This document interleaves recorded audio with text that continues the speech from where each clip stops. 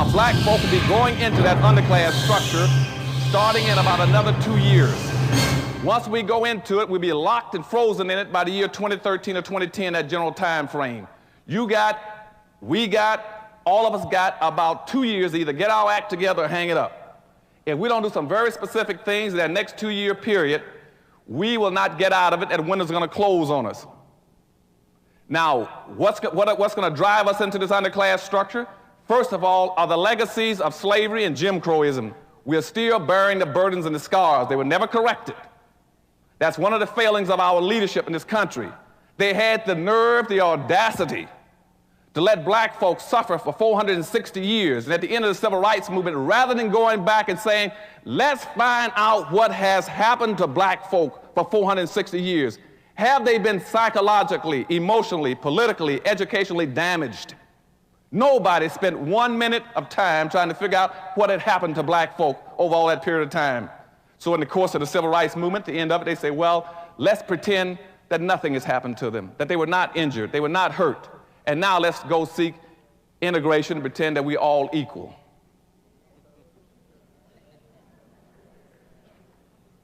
Now that was grossly unfair, because by that point in time, in about the 1966 period, whites had become economic giants in America. They owned and controlled everything at that point in time. Black folk didn't own anything. Whites controlled almost 100% of all the wealth, the income, the privileges, the businesses, the resources, and all levels of government. Blacks had nothing. Blacks were 1-foot midgets. And they allowed us then to use integration to walk from our communities, from our ghettos, over in their communities, totally disarmed, not understanding anything, blind, naked, and then saying you can go and compete. Compete with what? And that's what's happening in South Africa right now, where you have black folk now who have been totally subjected to the most brutal form of legal and economic slavery around the world for almost 300 years in South Africa, where whites in South Africa control almost 100% of all the gold mines, the diamond mines, the chrome, the bauxite, the magnesium, the land, the businesses, the farms, the animals. And now in South Africa, they've been told that they're free. Now, anybody in his right mind would have said, hold it a second. Now, if there's been a reform in South Africa, since whites have gotten everything and blacks got nothing, you should have seen on the news a massive flux of whites trying to get out of South Africa. If there's going to be any significant real change, wouldn't you agree? Somebody would have been trying to get out of there. The airports would have been jammed. And you all haven't heard a peep. You know why? Because nothing is changing. Because in South Africa, the dominant, arrogant white society that's been so brutal to black folks still owns and controls 100% of all the gold mines, diamond mines, silver mines, chrome, bauxite. And they're telling those South Africans, you can now compete. And that's the problem in black America. We've been told now that we can compete, and I say, well, with what? And by going into our underclass structure, going to be 7 converging factors going to push us. To get my little summary up. 1, we're going to have an increased amount of conservatism in the country, and I'm going to talk about conservatism in a few minutes. 2, we're going to have a massive, unending influx of immigrants into the country. They're going to push us down. We have been the number 2 population in America now for over 460 years. We're going to get kicked out of being number 2 and going down to number 3. When are we going to go down to number 3? We're going to go down to number 3 in less than 2 years. Now, when I wrote my book about 4 or 5 years ago, Hispanics at that time were 9% of the population. They've now moved in 6 years from 9% up to 11%.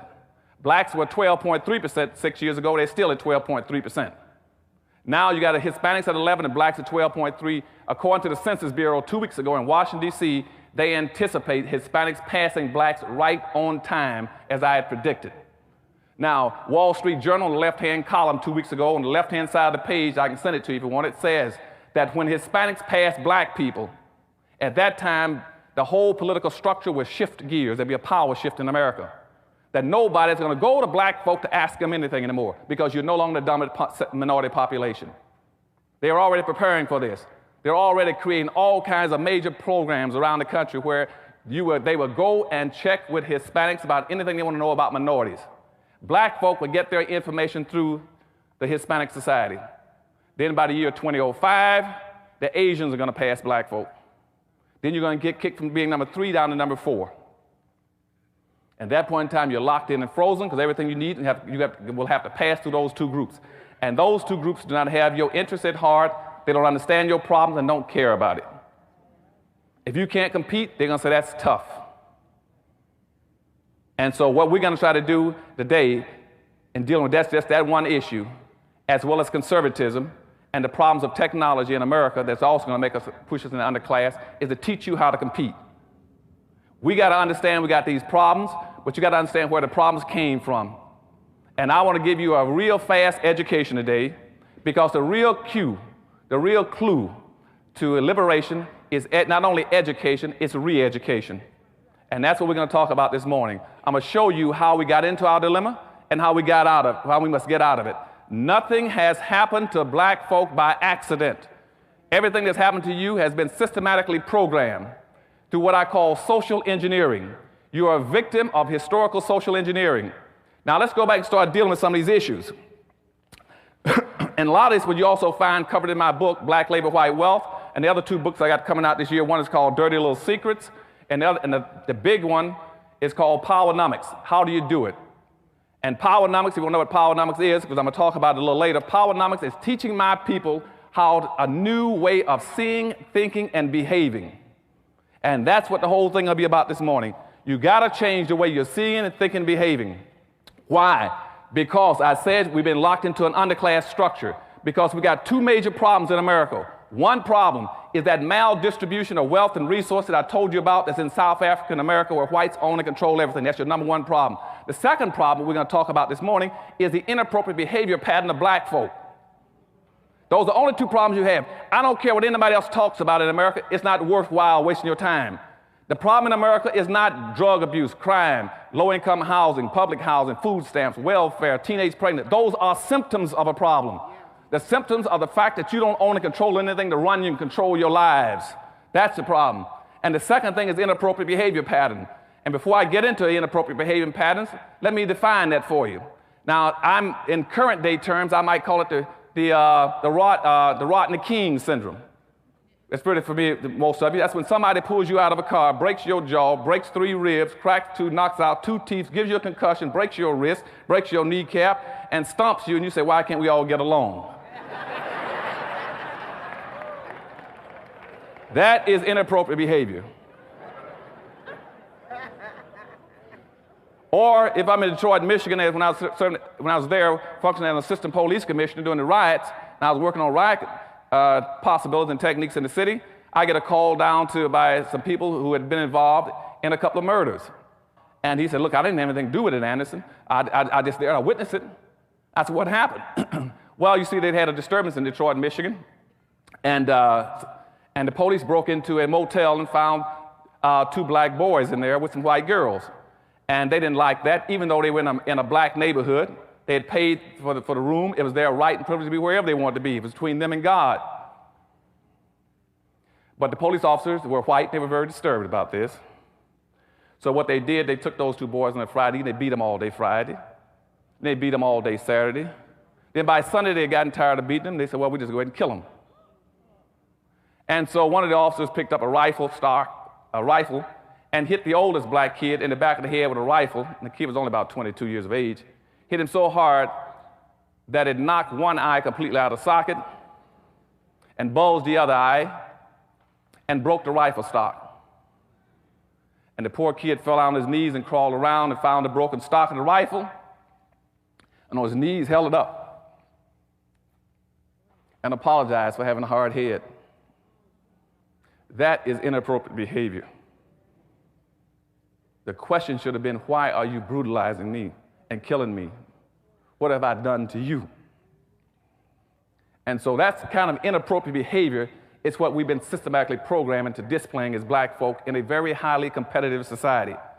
So what I want you all to start thinking about today and all throughout my speech today is not who you're against, but who you're for. I want you to understand that you're in a very highly competitive situation. You're going to be competing to survive and prosper. And that's what racism is all about.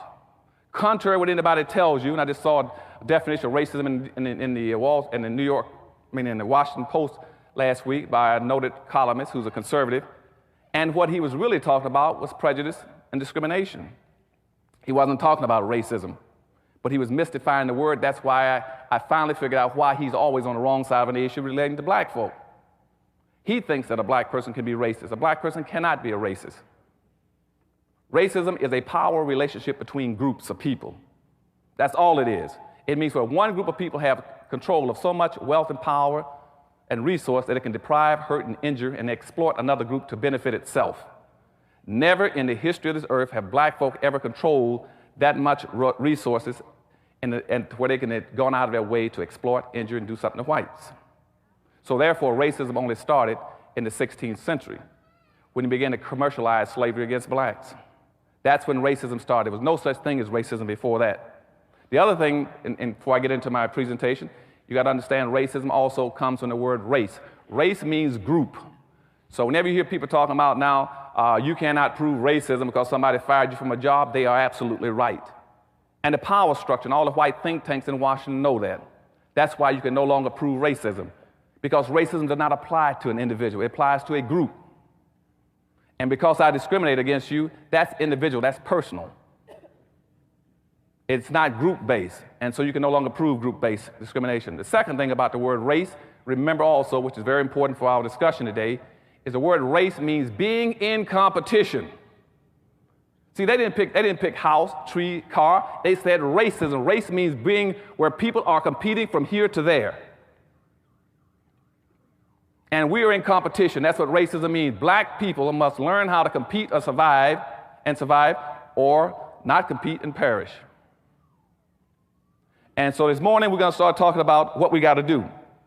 Now let's go back to when everybody said, where did this start? Let's go back to where it started. It all started in Africa. And as I go through all this, I want you all to keep some points. And when I stick my finger up in there, remember those points. Those are the points going to be hurting us today. Those same points I'm going to articulate to you today. Now all this started in Africa. Let's say about 1441. There was a guy called Henry the Navigator who went around the coast of Africa and he found some slaves and traded some slaves off.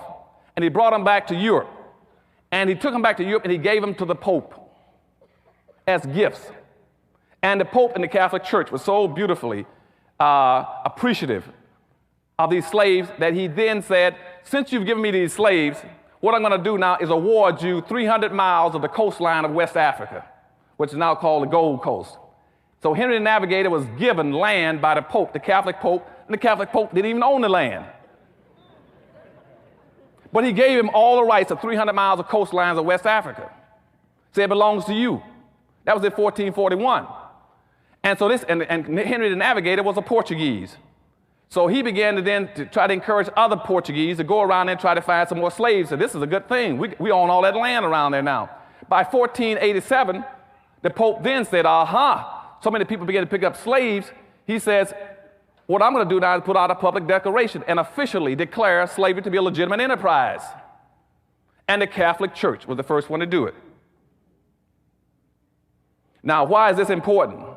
Because you see, up until that point in time, slavery was never based on skin color.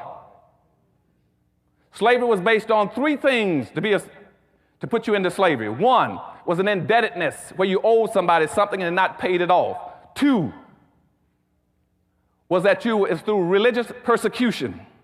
Or three, you were a prisoner of a war or conflict, and you were now a captive, and they were forcing you into labor.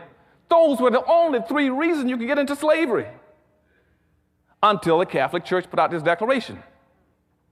And now they added a fourth variable, which says color is now a factor.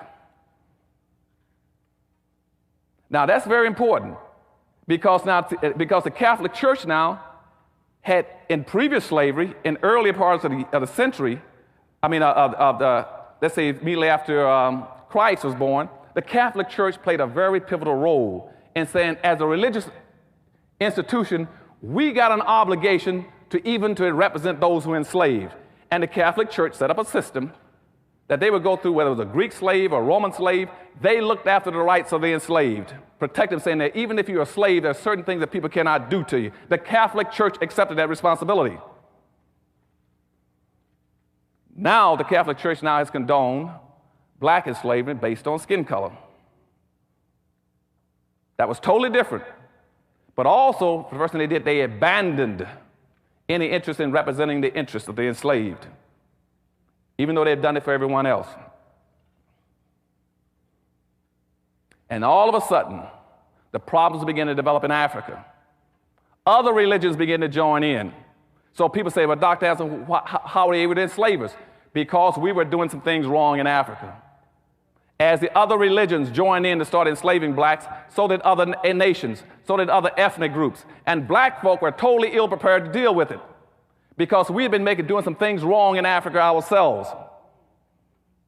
See, going back to about 765, the Muslims had been trying to get into Africa for the longest because they'd heard about all the gold and silver and the wealth in Africa. And the Muslims had been going around, the Arabs had been going around Africa trying to conduct holy wars against dark-skinned people to get access to the resources. And starting in 765, not 17, but in 765, the Arabs started enslaving black folk. They enslaved on an average of 1 million blacks every 100 years and shipped them out of Africa. So now if you start counting from 765 up to the present day, that's over 1,300 years. That means over 13 million blacks have been shipped out of Africa just by the Arabs alone. And the Arabs are still shipping blacks out for slavery. If you go to Ethiopia and Mauritania, you'll now find, in Sudan, you still find blacks being sold by Arabs for actually about $475 a piece. So Arabs have been selling blacks now for over 1,300 years. But when you get around the 900, though, 200 years after that, the Arabs are still trying to penetrate the blacks to get their wealth. And blacks have gotten an international reputation of being one of the wealthiest nations on earth, talking about walking on streets of gold. And so from 900 up until about 1400, they lived reasonably well because people were afraid to penetrate Africa. Because blacks also had a ferocious reputation for being invincible fighters. They were scared of the jungles and the black warriors. So no one went into Africa to get them, but the Arabs were still trying to get access to the wealth and resources. Now I'm back up to the 14th century again. Now in the 1400s, about the same time as I just told you that the Pope declared that officially that blacks can be enslaved, at the same time Timbuktu was invaded by the Arabs. They finally broke through. They broke through because, see, blacks at that time had three major empires, Ghana, Mali, and Songhai. They were the richest nation on earth, but the black leadership had set themselves up to be invaded by the Arabs and consented to be pimped. Because the black leadership was extremely naive, going around practicing what I call benign slavery. Every time anybody came into an African nation, like Mali, Songhai, and what they were saying is that, well, I'll do business with you, but you got to buy one of my slaves. And the slaves were their own people. And they were playing games with slavery, saying, well, it's a tribe, he's a different tribe, so I'll enslave him. But the slavery that blacks were practicing was not the same vicious kind of slavery that came later, but the fact that they were playing with it, condoning it, and willing to sell their own black folk out naively. Now the question becomes, why were they doing it? Okay, why were they doing it? They were doing it trying to impress people with their power, how strong they were, saying that I would do business with you, but let me show you how strong I am. I got 3 or 4 blacks in the back room, and you buy them from me, and then I'll sell you some gold and silver. And what people were impressed with was not really their power. They were impressed with the fact that you had absolutely no interest as a leader in your own people and felt no responsibility to their welfare. And so when that got out, then all those countries, as I said, once the Pope condoned slavery, they began to flow into Africa because they knew the black leadership did not feel the strong togetherness, the willingness to protect their own people and to look out for them and lead them, and would willingly sacrifice them. So Africa fell wide open. And people poured into Africa after the Pope declared slavery legal in the 1480s. By 1500, between 1500 and 1650, 150 years, they hauled out 5 million blacks just to Central America alone, just right south of here into Mexico and to Central America, Costa Rica. Just to give you an example, after the Pope declared that you could legally go after those blacks, they pulled out 5 million of them and sent them in there. And those blacks in 150 years with sticks and stones, not steam shovels, but with sticks and stones and rocks dug out over 16,000 tons of silver and 400 tons of gold just to enrich Spain and Portugal. And this was critically important because at that point in time, Africa was a rich continent, had all kinds of wealth. And Europe was an impoverished nation. Europe was run over with crime, sickness, disease, illness, disorganized. Africa was the glory of the world. But you see, our people were playing around, not looking at taking care of the business of their people. At that point in time, all these nations say, aha, we know how to strengthen Europe and rebuild Europe. And that's by displacing the wealth out of Africa and displacing not only the material wealth, but the human wealth of Africa. So they began to pour in and started sucking blacks out of Africa. Not only the black treasures, the gold, the silver, but also the human capital. In some areas, they almost depopulated parts of Africa by shipping blacks out. And over a course of about another 300 years, they shipped out somewhere between 25 and 35 million blacks. And out of all those blacks that shipped out of Africa, over 2/3 of them died en route trying to get here. As a matter of fact, from the 1500s to 1800s, 6 out of every 7 people that were shipped came across the Atlantic Ocean were black folk. 6 out of 7 were blacks. And they were depopulating Africa, not only as wealth, as resources, but as human capital. Very important. And as they came and as they shipped them out, everybody began to become enriched. But you still had black leadership that still didn't understand, unwittingly was playing into the hands of people who were much more serious about the games than they were. So I jump up to the year 1619. They brought in 20 blacks into America, formally, even though we'd had another group of blacks in here around in the 1500s. They've been floating around, too, off of PD River in South Carolina. And we'd had blacks much earlier, the Folsom people. But let me don't even get into that. But by 1619, they brought in 21 blacks into Jamestown, formally. And those blacks came in as indentured servants. They were traded by a German warship for supplies. Those blacks were free in about year 1624. But something very important happened right before 1624. In 1621, you had a black guy named Anthony Johnson.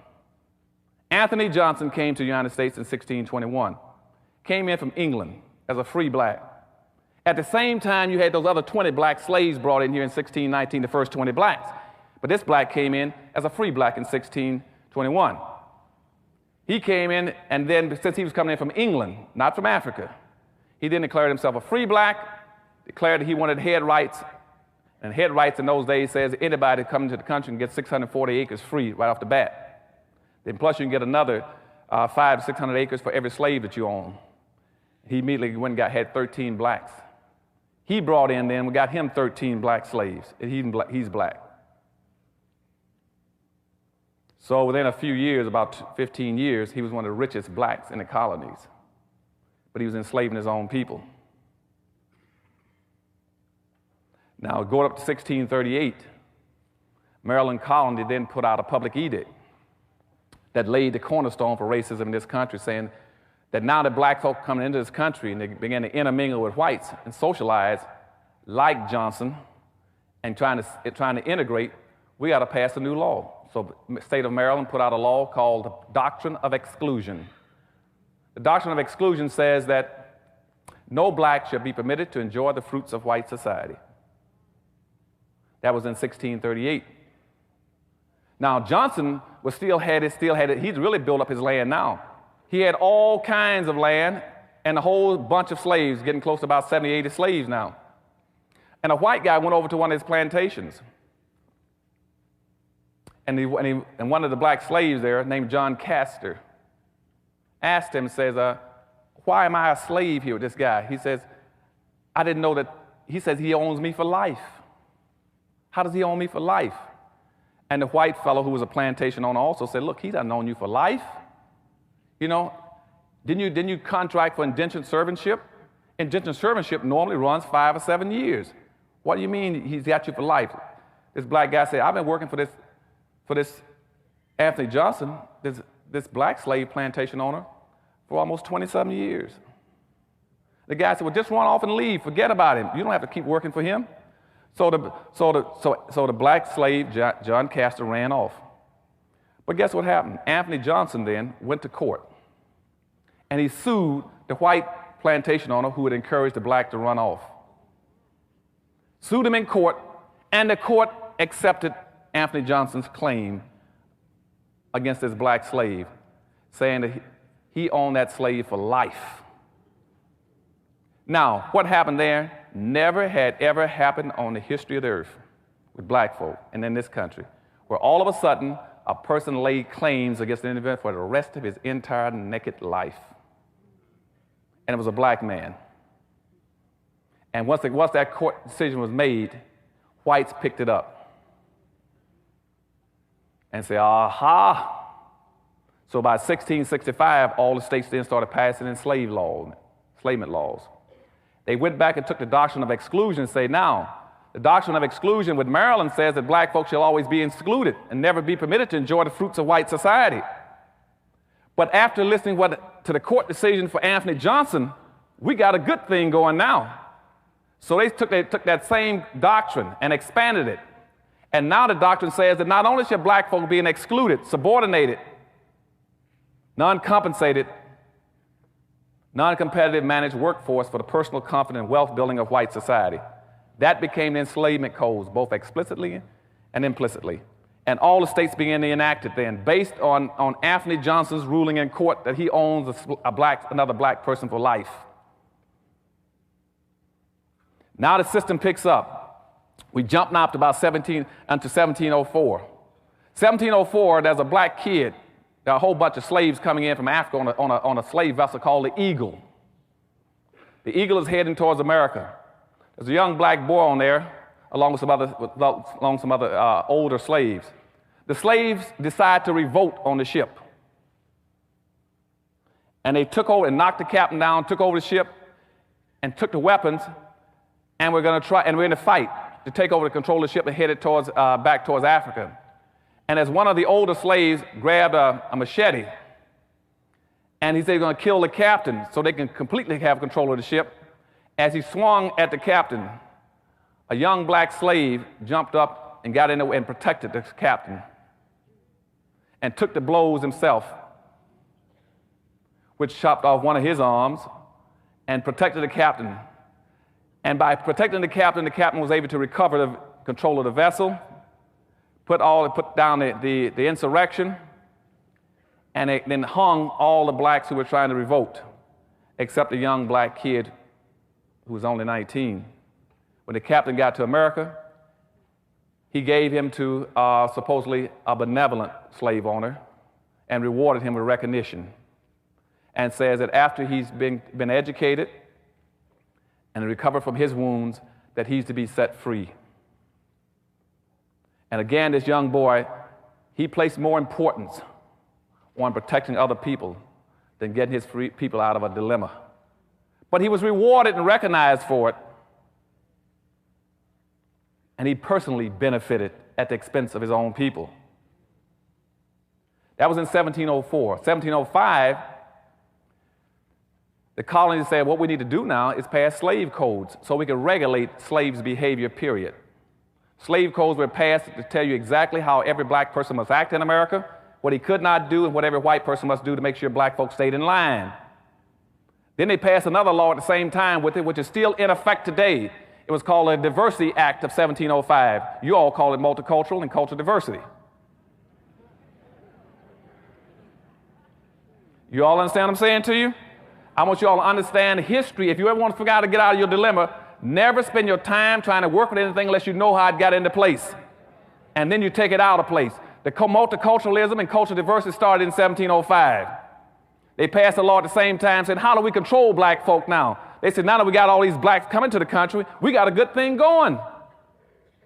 They said, because now all over Europe it was being advertised, if you want to become wealthy and powerful, go to America. We guarantee if you go to America, we give you free land and free labor. You'd have to be an idiot not to get rich. You don't have to do anything. We'll give you all the land you want and England started a franchising system, so which means even if you couldn't afford to buy slaves, we had a franchising concept, which means England would give you the land and give you the slaves. All you do is pay them a commission. Just like McDonald's and Burger King. That's where the whole franchising concept came from. It was from England with slavery. And so people rushed into this country. But they had to set up external controls, saying, how do we control them when they get here? With all these blacks coming into the country. Because I just told you, 6 out of every 7 persons coming across the Atlantic were black folk. They were pouring into the country. But they want to make sure enough whites were here to benefit and get the fruits of black folks' labor. And so they passed the cultural diversity, which says, the cultural diversity law says, for every 5 blacks you own, you must have 1 white person. You must always have 1 white person there to monitor, to make sure that black folk are being monitored and kept under control, that you understand what they're up to. That law stayed into effect, never went out of effect. Now comes 1710. Now when 1710 came, here's the main point of my talk today. 1710 did something that is totally devastating. Totally devastating. The Virginia colony in 17 passed what they call meritorious manumission. Meritorious manumission says, what we're going to do now, that we put up the external controls in 1705, we must have internal controls. We don't have the time to go around and monitor and watch all these black folk coming into this country. We must build in some kind of internal management control. We must build in a way like the Rodney King syndrome, that kind of thing. We must build into black folk an inappropriate behavior pattern. We must teach black folk to see things upside down in an unrealistic manner. And what they did very systematically was like taking glasses and painting pictures on it upside down. And we found out in laboratories in sociology and psychology that even if you paint the world upside down for a person to put glasses on their eyes, we found that the subjects can learn to live upside down. They learn how to adjust, learn how to adjust their reach and what they're doing. And we watched it over and over again in experiments with young people in school, where we paint the pictures upside down and say, what do you see? And the mind has the ability to flip things back over to where the reality becomes the unreal. That the unreal becomes the reality. And once you do that, you got your people nailed to the wall. So meritorious manumission came into effect in 1710 and says, we will reward, we will recognize, we will set free any black person who does 1 of 4 things. 1, if you in fact will save a white person's life. I told you about the young man on the boat with the eagle, 5 or 6 years before that. If you save a white person's life, you will get your freedom. 2, if you protect the white person's property. 3, if you invent something that a white person can make wealth and power off of, some kind of an invention. And 4, if you in fact will squeal on, inform on, or tell on your own people. That was called meritorious manumission. Now, you all might say, why is that important? I'm going to tell you, that was so devastatingly important. And the reason it was so important is because that created a magnificent control system that has never been duplicated. Never been duplicated. As a matter of fact, it has only been replicated 1 time that I know of, and I'm usually pretty current on most issues in this country, psychological, sociological, and educational in this country. Only 1 time it's been duplicated. It was duplicated in the 1950s. The communists duplicated it in Korea. They call it brainwashing. Now, you might ask, what is brainwashing? Now, typically, people in the 1950s, when it happened in the Korean War, we talked about brainwashing. See, now I was a safety and survival engineer for my squadron. I was in a Marine attack squadron. My primary responsibility was to teach my people how to survive. We had a school for brainwashing in Barbers Point, Hawaii. Teach them how to survive. What's brainwashing? Well, most people, at least the guys in the Marine Corps, they thought that brainwashing would be some kind of a inhumane way of treating people. That it would be no less than pulling out fingernails, driving bamboo splinters between the joints, hanging people up in the cold and castrating them, what we call the Chinese water torture. But brainwashing was none of those things. It was none of those things. Brainwashing was simply a very sophisticated form of re-education. And see, for you all in the auditorium this morning, brainwashing, so that you'll always remember it, is nothing but group therapy run in reverse. We always remember that. Now, the whole point of group therapy is to bring people together. Brainwashing is to turn it backwards and scatter people apart. And that was very effective in Korea against our troops. And see, now I'm going to show you the different parallels of what happened in 1710 and what happened in 1950, so you can understand the implications of what's happened to black folk in America. Otherwise, you can't deal with the issue. So in 1950, we had approximately 7,000 Americans in prisoner war camps in North Korea and China. 7,000 Americans had been captured and put into war camps before they were subjected to brainwashing. And after they were subjected to brainwashing, starting from the time they were captured, do you know that in that course of time, almost 4 years, we did not have one single solitary American prisoner to escape from a prisoner war camp? That had never happened in the history of this nation, that you can contain that many soldiers in one or two places and never have one to escape. Not one escaped out of 7,000 in almost 4 years. And to tell you the truth, in some of those camps, they didn't even have fences or walls up. Some of them didn't even have guards. And our people could not escape because of the techniques of brainwashing that was used on them. You would say, now, what was happening to them? They were being devastatedly re-educated. And this is the same identical technique that was used in 1710 on black folk. The whole concept of integration was the same thing that today. They scattered them. Now, what happened in Korea? In Korea, we noticed certain kind of things were happening to the prisoners. They didn't act like prisoners anymore. See, when a guy when he was captured as a prisoner, the first responsibility was to try to escape, not to participate, not to cooperate with the enemy, not to compromise one's principles. But to always try to fight, resist, and get out, and to compete to help your own people to escape if you can. Didn't happen in Korea. Because you see, brainwashing, reverse technique of group therapy, first of all, what it did, it divided the soldiers against each other. Divided the soldiers against each other. And there's a whole revolutionary principle that says that a revolution comes when two people get together and begin to conspire. You can never have a revolution or an insurrection on earth as long as you drive a wedge between the first two people. You drive a wedge between the first two people, you'll never have a revolt.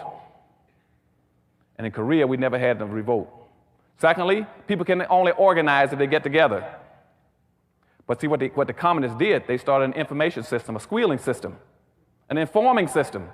And what we found in Korea was they had the most massive, widespread information system ever on earth, where people were recognizing other people or identifying other people who were planning on escaping.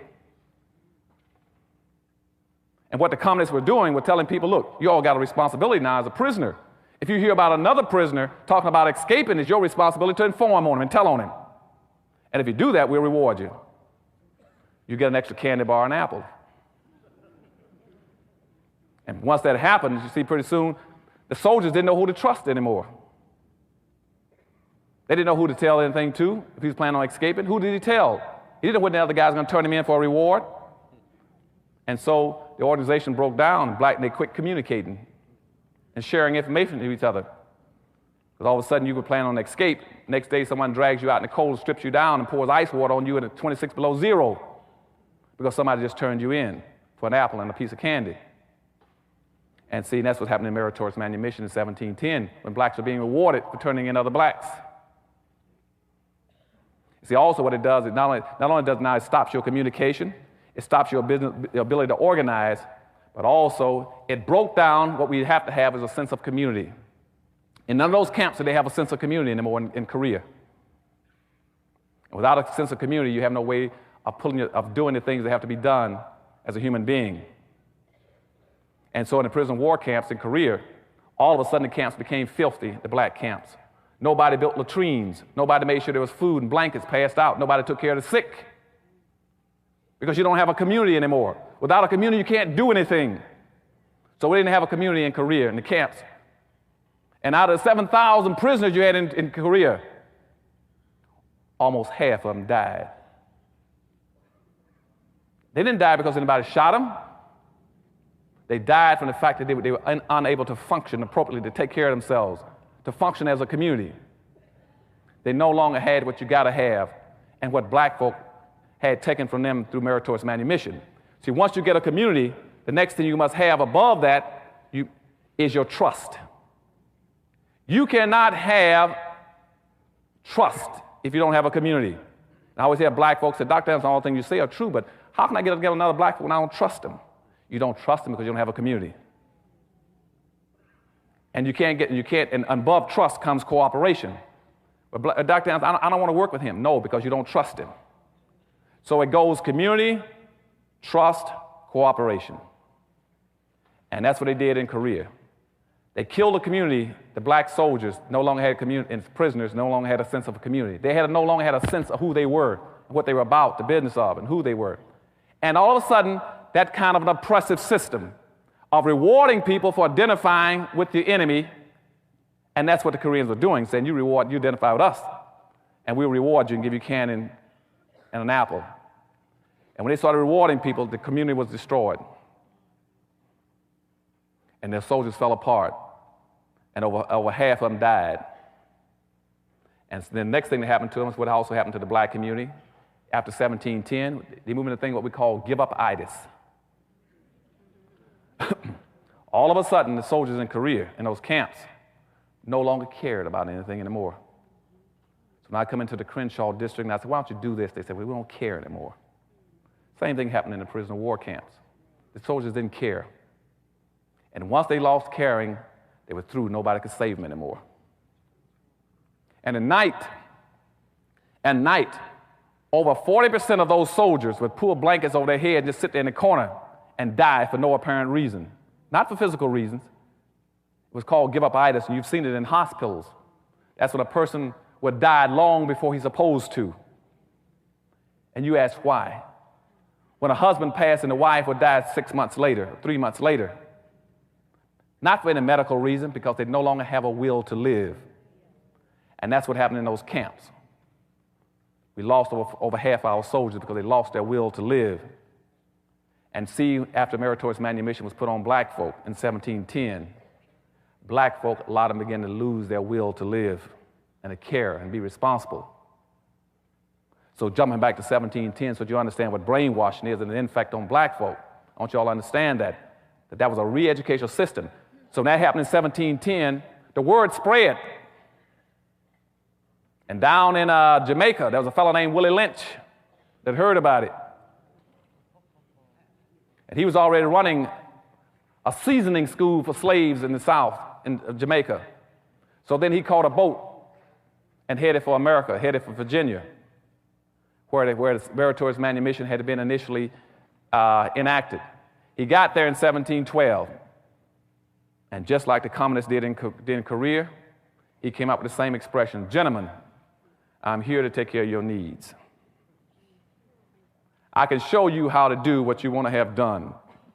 I can show you how to divide these slaves so they'll never recover, or at least it'll take 300 years before they can do it. So some of you might wonder why I picked in my book the year 2013. This coming year in 2013 would be almost exactly 300 years since Willie Lynch put his methods on black folk. He said it would take 300 years. He said, what I'll do is to show you how you divide blacks. You divide blacks along the lines of skin color. You rig it so every black will look at another black skin color first and say, is he a yellow black or black black? And that way you've already divided them. You divide them along the lines of sex, so that all of a sudden you'll have black women joining the feminist movement against their own black men. They're trying to beat them out of jobs and opportunity and visibility to take care of their families. So you divide them along the lines of sex. Then you divide them along the lines of age, where the old turn against the young turn against the old and say, you're ancient, you're old, I don't want to listen to you anymore. And it worked very effectively. And Willie Lynch put that on them. It's called divide and conquer. Divide and conquer was the same in 1710 as it was in 1950 in Korea. And black folk became invited. And so from 1750 up to about from 1710 up to 1750, the system started going into effect. The social conditioning, the brainwashing of black folk took off full steam then. Because see now, they were very concerned about all these black slaves. We had to control them. And people said, well, how are we going to control them? And said the first way, and there are 3 ways you do it, but the first way is by physical control. Always control a black person physically. That's what slavery is about. The second way of controlling them was called Jim Crowism. Then you control them legally. Then the third way you control them is when we came out of the civil rights movement, which means symbolically. You control them by manipulating symbols. We'll talk about that in a few minutes. So they went into the first thing of controlling black folk physically with slavery. By 1750, the black population got up to 34% in America. And they were very concerned about this because you see all these slaves were pouring in across the water, so they started advertising to bring in more immigrants. They said, what we need are more white immigrants to dilute. Remember, I told you the Diversity Act said we must have so many whites. So we got to have an immigration law that bring in more whites to neutralize blacks out, to keep them contained, to keep them as a minority. We'll fix it so they'll love that word minority. They'll use it all the time and call themselves that. Even though we know the minority means loser. We'll turn the world upside down. They'll call themselves loser, loser, loser. So by 1750, black population hit 34%. So what the white society started doing then, it says, we must do what they didn't say that then, but the effect was the same. What happened in Korea? We must isolate them. So every Indian treaty from that point on started putting in conclusions saying that you must also stay away from black folk. They built into all the Indian treaties incentives for them not to identify with black folk because they feared that if Indians and blacks got together, they could overthrow the country. So Indians were given incentives then to turn against black people. And that's why later on you find that the biggest killers of black folk for a long period of time were Indians, because they were given incentives. For instance, if you raided a town or a village, guess who was the first person you run into in the fields? Was a black person. And see, and you had laws because the slave codes of 1705 says a black person could not arm himself, he couldn't carry a weapon, he couldn't carry a tool, he could not raise his hand to defend himself, he could not strike back.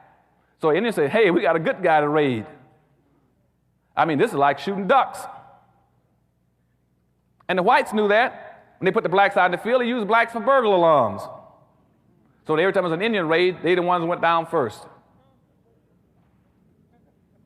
And that's why all the 5 civilized tribes in America then became slaveholders. All the 5 civilized Indian tribes were slaveholders. Not only were they slaveholders, they were slave traders. And more important than that, in all the treaties, typically in a treaty, they paid the Indians $20 for every runaway slave they chased down and brought him back. And that's why also when the Civil War came, all the 5 civilized tribes in America fought with the side of the South to prefer slavery because they didn't want to lose their money and wealth either. And I still have blacks running around saying, well, I'm half Indian.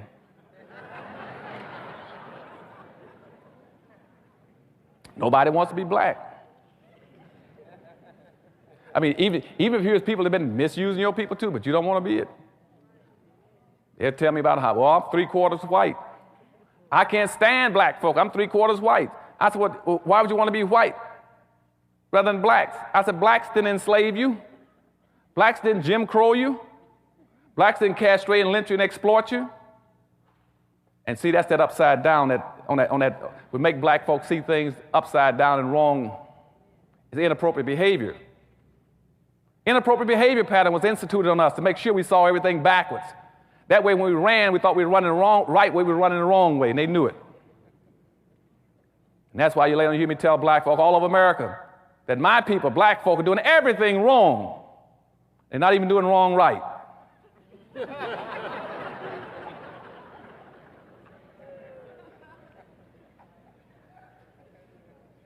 Because you see, everything is pointed upside down for us, so they can't see which way to run.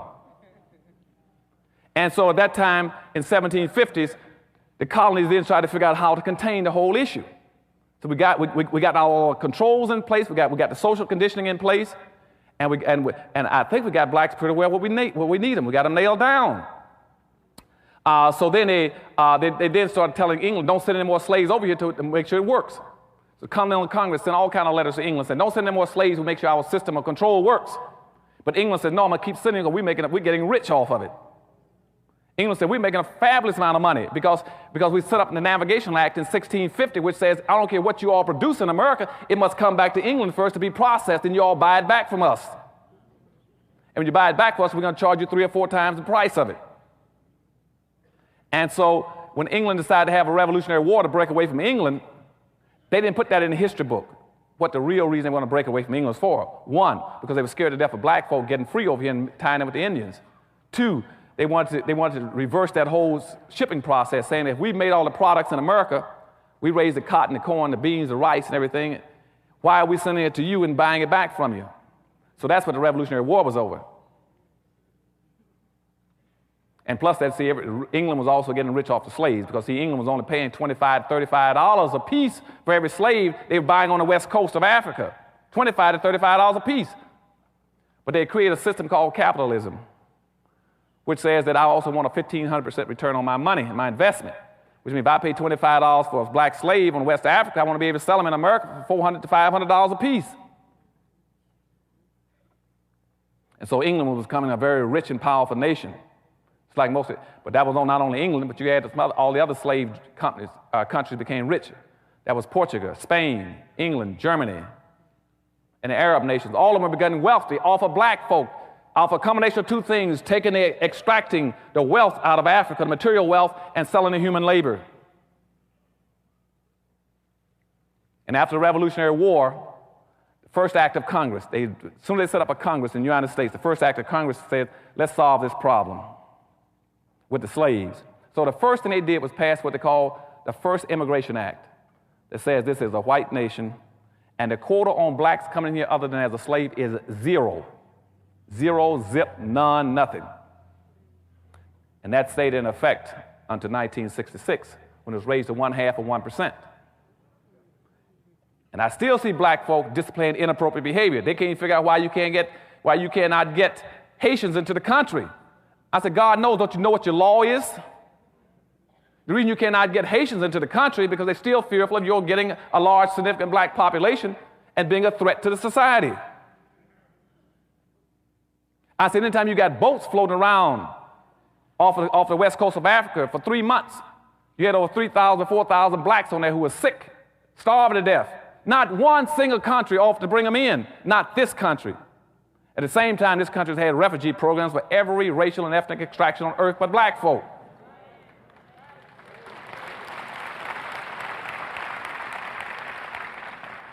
And where is our civil rights leaders? Where is our black leadership? Why aren't they raising issues about it? Instead of them going down there and say, why can't blacks come in from the islands and from Haiti? They do the same thing because they're seeing things upside down and backwards. They do the same thing the whites do. Say, well, what we need to do is invade that country and make them stay there. Let's improve the conditions there. And so that way they have nice places there. Rather than say, no, you didn't improve all the conditions in Mexico, and El Salvador, and Nicaragua, and Hungary, and all these other countries when the people came in. You didn't improve all the conditions in Vietnam to bring in the people. Why do you keep asking these special things, blacks? No leadership will raise the questions. Because you see, no black leadership in America wants to raise the real issues about why we cannot raise our population and others can. In a social democracy where the majority will win and the minority will lose, we are the only planned, systematically, permanently classified minority. Which means that we are the only people who will always lose based on immigration laws and the quotas coming into this country. Unless we start to develop some very specific ways of dealing with it. That's what powernomics is about. I started telling you got to start changing the rules, turn things back upside down. You got to always practice, how do you get to be the majority? Never do anything where you're going to be a minority. Do it where you're going to become the majority. Don't move to be a minority, move to be a majority. And we're going to talk about that a little later on how you play these games and learn how to win in powernomics. But you see, as I said, by 1790, the law had locked us out as the only permanent loser. And they said that anybody losing in society from now on, it will be black people. They're the only people that cannot increase their population significantly to be a threat to this country. By the late part of the 1790s, they said what other kind of external controls can we put on black folk? Because now some of them want to learn, some of them want to try to join the religious movement in this country. And in religion, we say that everybody's a brother. And if we baptize them and make them a Christian, how do we deal with that fact? So they passed a law saying that Christianity did not relieve your heathenism for a black person. And they did not want, after that time, there few blacks had been going to church, but they were sitting in white churches, and they had to be monitored and watched, as I told you, because of the Diversity Act. So when the evangelical movement started moving through this country in the turn of the first of the 1800s, early 1800s, they said, we'll let blacks have their churches, but we can always also, but we must pick the ministers, and we must license the ministers. We must pick ministers that we can control. No black preacher can come into America unless he is controlled by the white establishment, unless he represents our interests and our values, unless he teaches our form of Christianity. Now, this is very important. Why? Because, you see, before, religion was always used to help a population group. When it comes to blacks, we cannot let religion be used to help them. You see, the Catholics, church took care of all those groups who call themselves Catholics. Jews, priests, took care of the Jews. And even today, you go into the conflicts in England or Ireland, where you see the Protestants and the Catholics fighting. I guarantee you that the Protestant members will be representing their people and protecting them. I guarantee you that the Catholic priests will be representing the Catholics and protecting them. If I take you into the Middle East with the Arabs, I guarantee you Khomeini will be taking care of Arabs.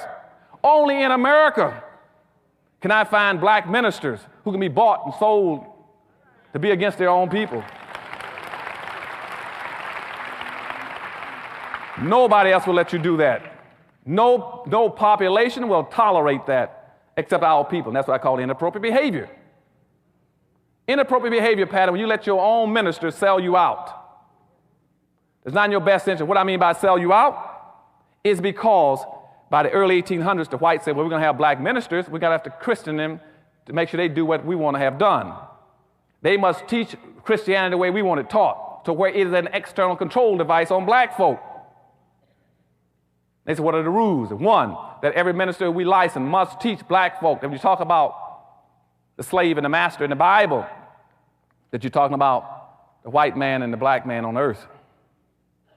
Two, the minister must teach black folk that they're to be loyal, faithful, obedient, respectful, and all those other good things, and honest, so that white people don't have to worry about them stealing as a slave.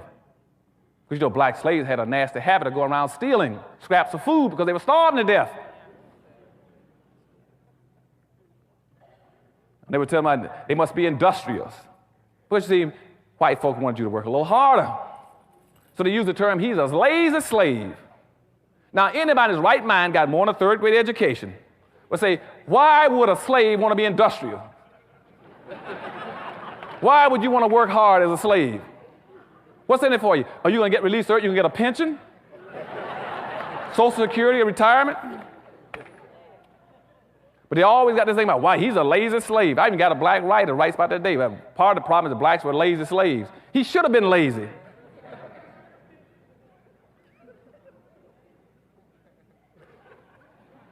The third thing they put on you is that, well, the black ministers must also teach them to get pie in the sky after death. They're going to turn their world upside down. So while everybody else is competing to get resources, to get wealth, to get power, black folk are saying, I'm waiting for mine in the sky.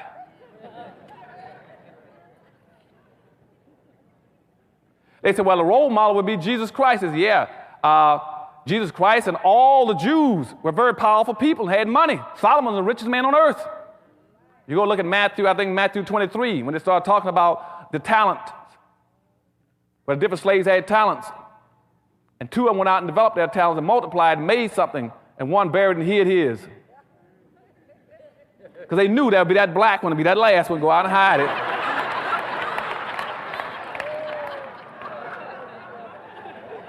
Y'all understand what I'm talking about? Now, but during that period of time, though, in the 1800s, when they started putting all the religion on them, they started controlling them, a few blacks said, well, wait a minute now, because something just happened down in Haiti. Now, I know that I can guess in the future, y'all aren't going to let the Haitians into this country. But in the 1800s, what happened was Toussaint Overture.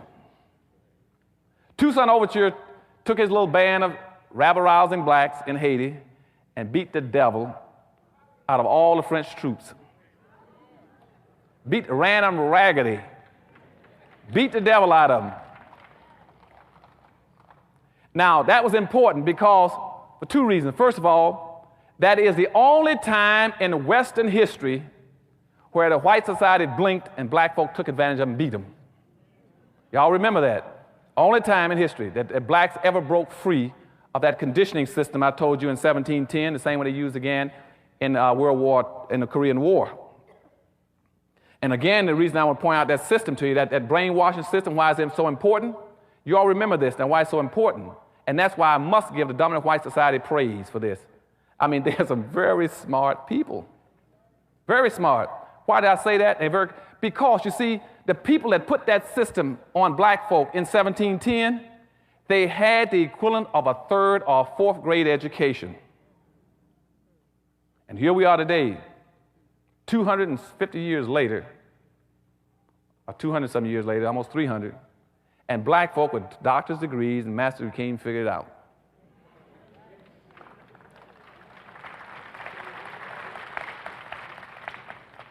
Now, but little Toussaint Overture down in Haiti, he won his battle, beat him good.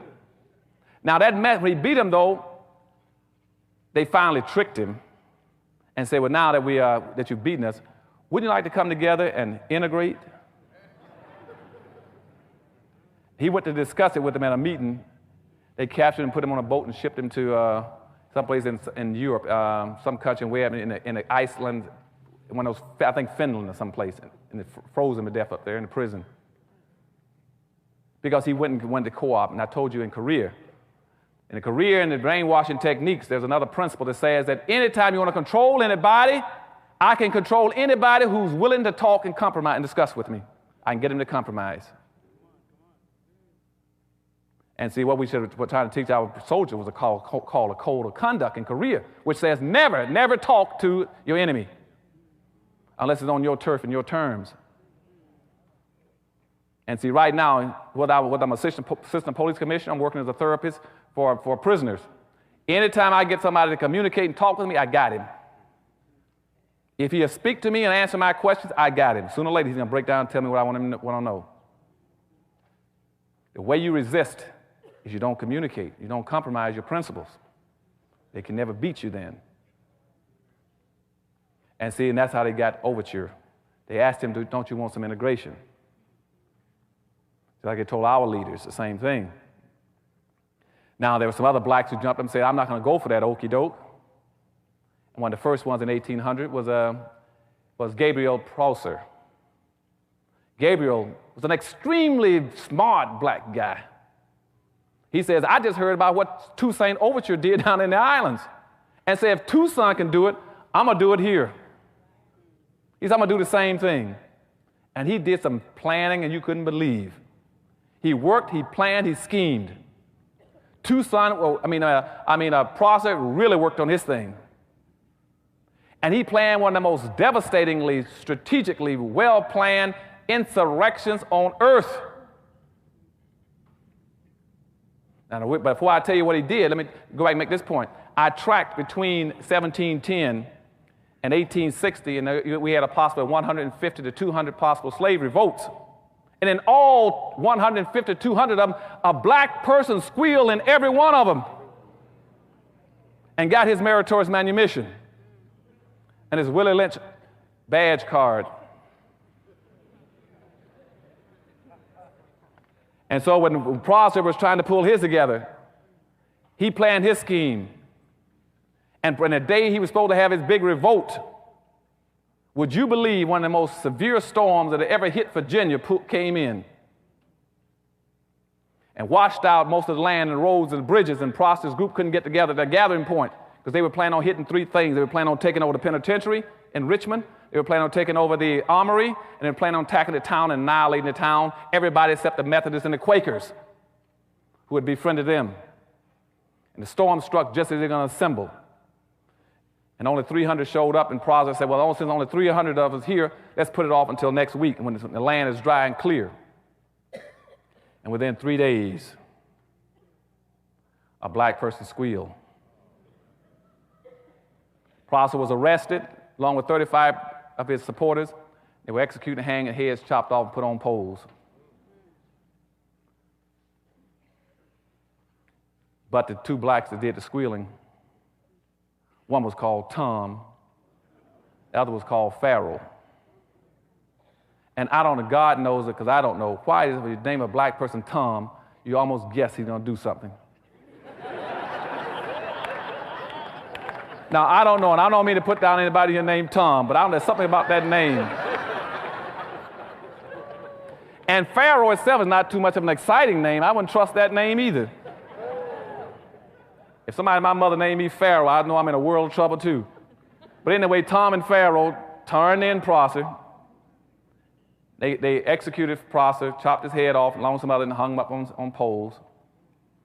But the thing that became very important in that case, though, was that the town was really fearful because they found out from rumors that Prosper had lined up somewhere between 5,000 and 50,000 slaves. The whites all through Virginia, North Carolina, South Carolina was paralyzed. Their mouths fell open, their eyes they popped, and they said, something is wrong. You mean tell me we put a conditioning system on black folk where we turn everything upside down, and this black guy was able to do the impossible without an education? Something is wrong with our system. What's wrong? And I'm serious, this was a big issue. They had to find out how does one black guy get together as a slave and have something between 5,000 and 50,000 blacks ready to fight, and had it not been for a storm, they'd have taken over the country. And finally came out through another rumor, speculations, that what it was that he had beat the symbolism. To show you how important symbols are, that's why I keep telling about powernomics. To get out of your system, sometimes you're lost. You look up at a mountain, you look up at a peak, you look for the Penobscot building or the Empire State Building, you find your symbol, and you can find your direction. And what that black Prosper done, he looked at the state seal. The state of Virginia had a seal where it had a white man lying prostrate and a black man's foot on his chest. White and the black guy was called, and in the seal it said, Verticus overcomes Tyrannus. And that black man had used that seal as his motivating force, his guiding light for his people. And when whites found that out, immediately they changed the Virginia seal and said, get rid of that seal fast. And put up guards around the Capitol to make sure it didn't happen again. Now that was in 1800. By 1821, another black named Vesey got equally as concerned. He had heard about it. He said he's going to try it in South Carolina and try another revolt. But Vesey says up front, Vesey organized his group. He walked around, he was a free black. He got free because he bought his own, paid $600 and freed himself. He won money in a lottery. But he was very upset because he couldn't buy his children out of slavery. So Vesey would walk through the town in Charleston, South Carolina, telling black folk, get that hump out of your back. Straighten up. Be respectful. Take care of your own people. Look out for your own people. Quit trying to worry about everybody and look out for yourselves. And Vesey was a big man too, a big broad man. He said, I'll break your back if I catch you bending over. And he planned an insurrection. And he called something like about 300 to 500 together to take over Charleston, South Carolina. But he told them up front, he said, let me tell you all something. He says, if I catch one black in this group trying to get meritorious manumission, he said, I'm going to snap your neck like a twig. And he planned a revolt. And unfortunately, again, 2 days before his revolt was supposed to occur, not only was he squealed on once, he was squealed on twice. So VC was picked up along with about 37 of his people and hung. Because, again, they sold him out. Then by 1831, Nat Turner, you already know about, tried the same thing a few years later, in 31. Nat Turner says that I'm not even going to go through those changes. I'm not going to do what VC did. I'm not going to do what Prosser did.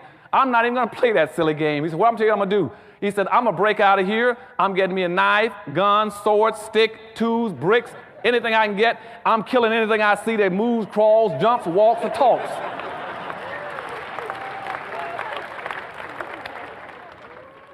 That's exactly what I'm quoting him. He says, I'm the rod and staff of God. I'm not playing these silly games. I'm tired. And so Turner started walking, saying he was a sword in the voice of God. And he said, I'm going to kill anything I see moving. He killed 55 people, including his own master. And then the country got petrified again and sent the army in looking for him. They searched for Nat Turner for 2 months and couldn't find him. He hid out because he killed so many people. Until one day he needed food and went down to get some blacks to get some food, and guess what happened? Turned them in. And so that took care of Nat Turner. Same time, there's one other black, though, which is my hero. I don't know how much time I got. How much? Long as I want. Okay.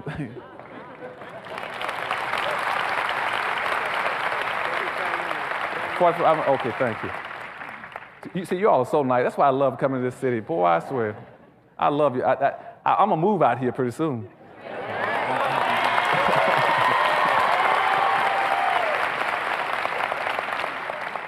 But my hero is John Horace. We start talking about inappropriate behavior versus appropriate behavior. Now, here's a black man at the same time period displayed what I call appropriate behavior. No Rodney King stuff, you see? John Horace was a runaway slave who had also run off to Florida in the early 1800s during the same period when VC and Turner and the rest of them were trying to revolt. John Horace was a big, burly, strong black man. He ran off to Florida.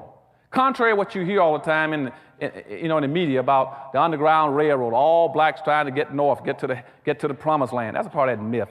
Most blacks weren't that dumb. Why would they want to go all the way across go to the north 1,000 miles through a hostile white country when they could run out to Florida, which is Spanish territory, 20 miles away or 2 feet away?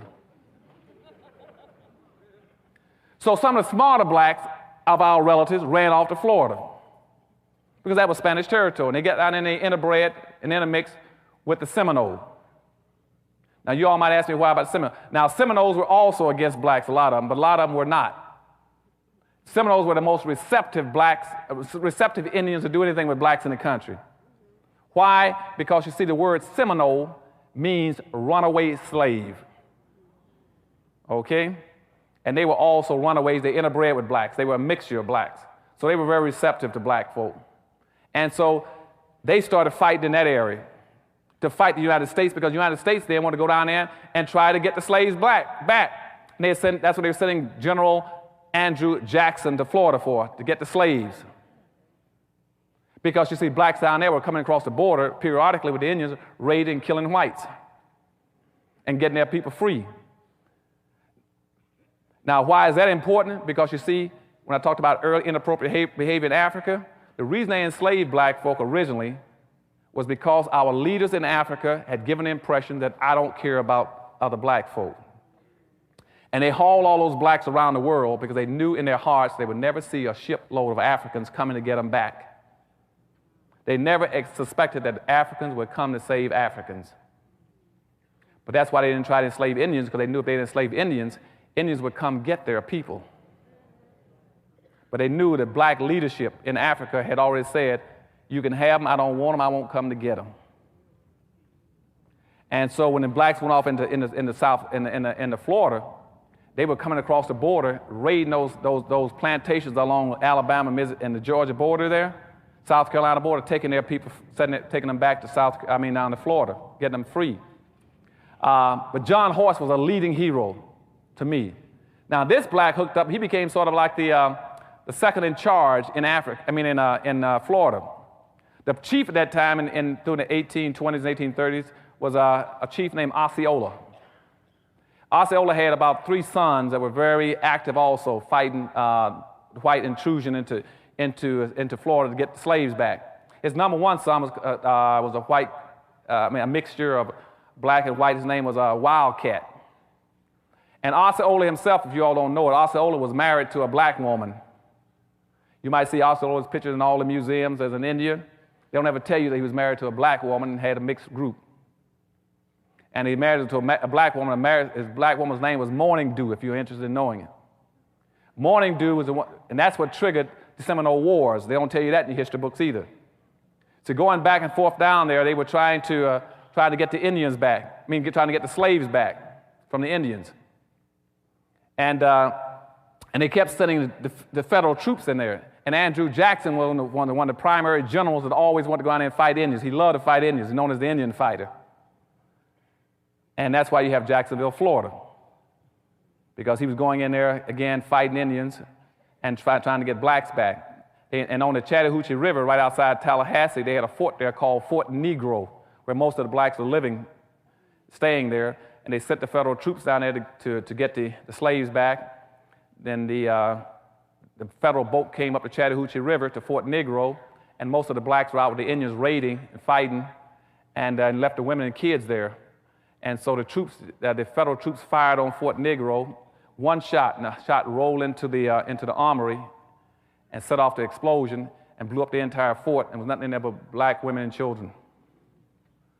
And that really made them hostile. The blacks were hostile this time. So now, that triggered the Second Seminole War. After that, they decided to have a truce. They said, we'll have a truce if we sit down with Osceola and his warriors, John Horse and the rest of them. And at that point in time, they met. Before they met, they went and kidnapped Morning Dew and told Osceola that if you want your wife back, you better turn some of those black slaves loose and meet with us. And when Osceola went to the meeting to discuss getting his wife back, they kidnapped him and put him in prison. I think up in Fort Sumter, South Carolina. He died of consumption and exposure. And so at that point in time, John Horse and Wildcat went berserk. Then they started fighting. They fought all the way throughout Florida. And finally, they ran them out of Florida. They went out west and led some of that whole movement called the Trail of Tears, all the way out to Oklahoma Territory. And but the only people who were fighting in this country against the United States at that time was John Horse and Wildcat and his band of blacks. They had carried their own women and kids with them. That is the only black man in the history of this nation, and I'm sorry to say no school teaches that. That's the only black man in America that's ever stood up to America and fought him, and not as a slave, but as a man. Nobody else has ever done it.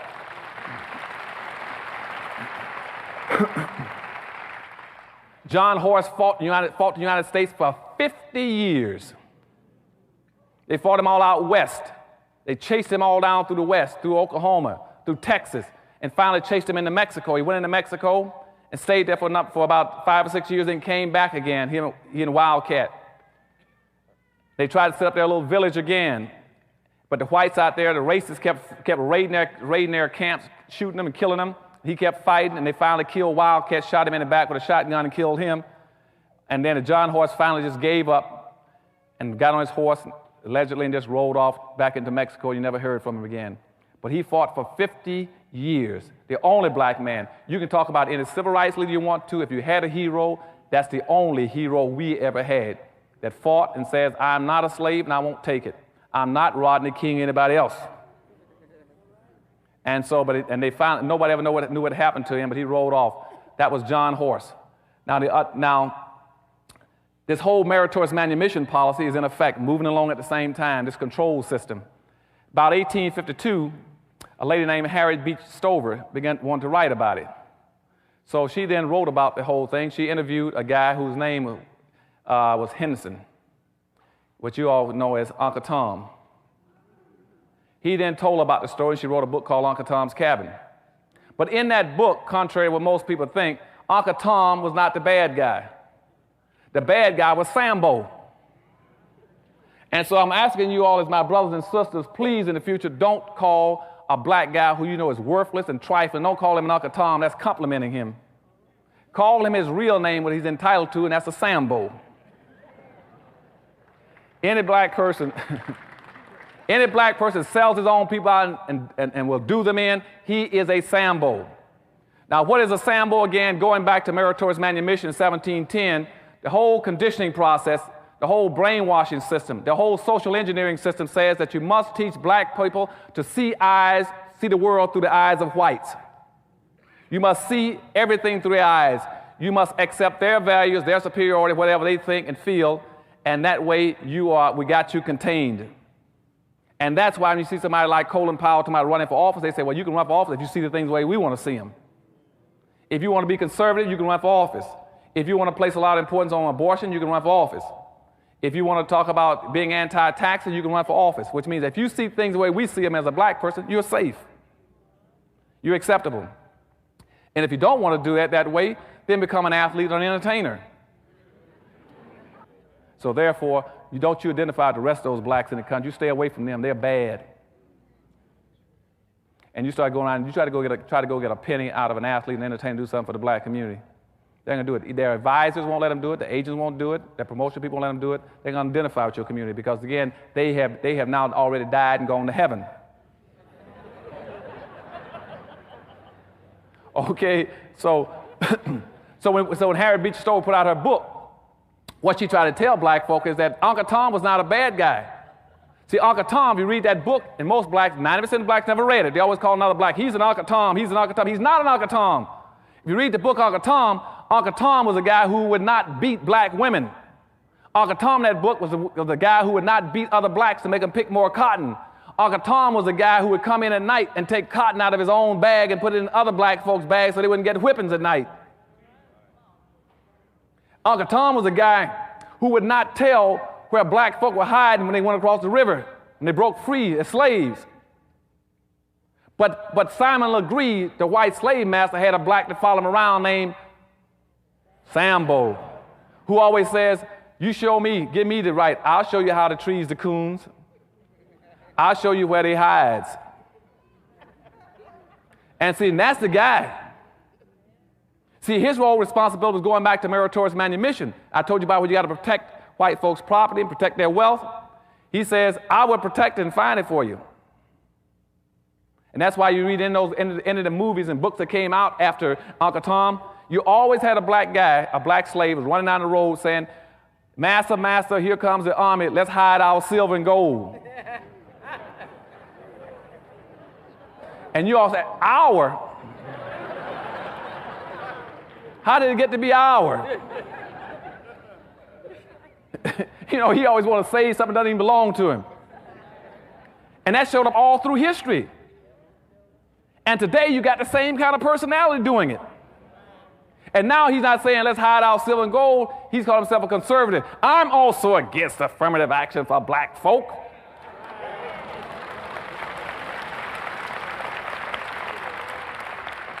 I'm against quotas. I'm against preferential treatment. Even had one running around talking about he wanted to pass a law to stop black folk from discriminating against whites. You still got that kind of personality that always wants to protect something, protect the strong. You always got that kind of Sambo personality. And nowadays, the best way to get rich is to say, I'm going to protect that master's gold and silver, and I'm going to be against them black folk. I guarantee I can get you a radio talk show. I can get you a television show. I can even get you an appointment to the Supreme Court. Okay?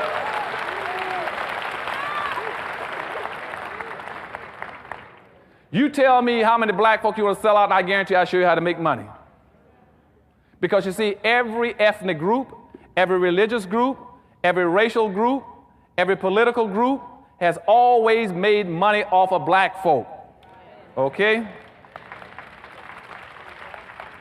And what I'm going to start talking about in Powernomics when I come back here in the fall is to show you all one thing. I'm going to tell you time is up. You have made, as a race, you made every religion, every ethnic group, every racial group rich. There is nobody else left on earth to make rich but yourselves.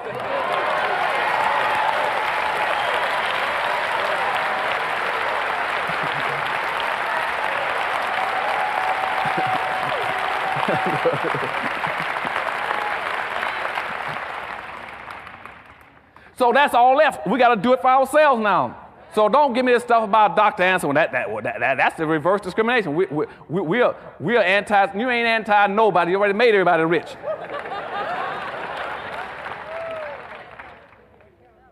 They always tell me, well, Dr. Anderson, what you're preaching isn't that segregation? Or let me tell y'all something.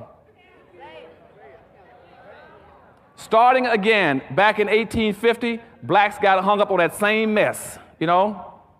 By 1850, after Harriet Beecher Stover put out her book, here comes Frederick Douglass. He's going to take one path. He's going to go back now and try to pick up becoming an integrationist.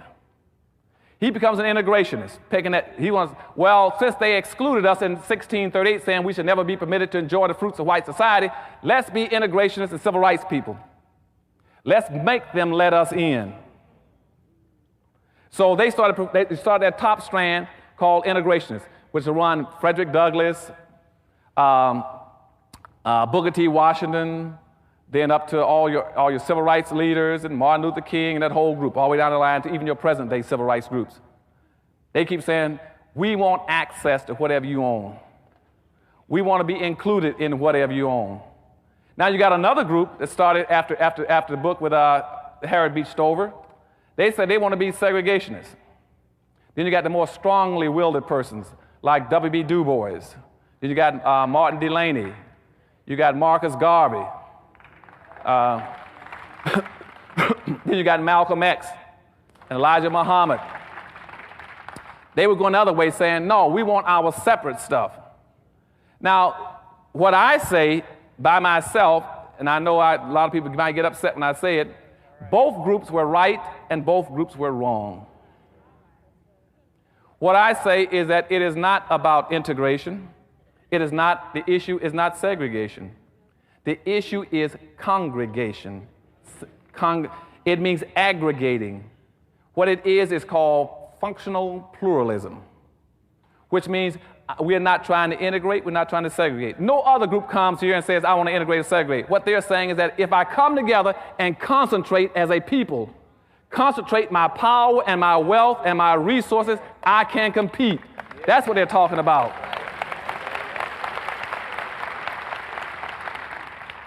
And please, since I love all of you all, I'm going to move here with you, don't let them trick you all anymore with them upside-down glasses. They used to ask me that during the integration about Dr. Anderson. Now, hold it. Now, you're at the governor's office in Florida. You represent the whole state in education. Now, what do you want during integration? You got Malcolm X talking about segregation. You got Martin Luther King talking about integration. Why don't you all make up your mind? Which do you want? I said, I don't want either one. I want the same rights and privileges that everybody else got to go to either one of the sticks. Don't try to put me on one end of the stick.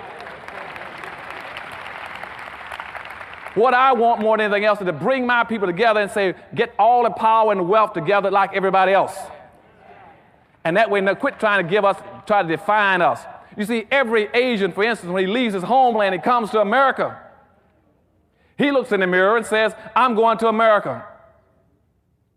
And when I get to America, I'm going to find me a community of people that either look like me or I'm going to build me a community of people that look like me, that have my values, my culture, and my language. Nobody asked him about integration or segregation. When Hispanics come to this country, they would say, I'm going in, I'm going to build me a community of people that look like me or sound like me. And like the Asians who set up little Havanas, who set up little Cambodias, little Vietnam, Chinatowns in every city. The Hispanics come in, they'll build little Mexicos, little Havanas, little Hialeahs. I can go across America and find German towns, French towns, Greek towns, Polish towns, but I can't find a black town.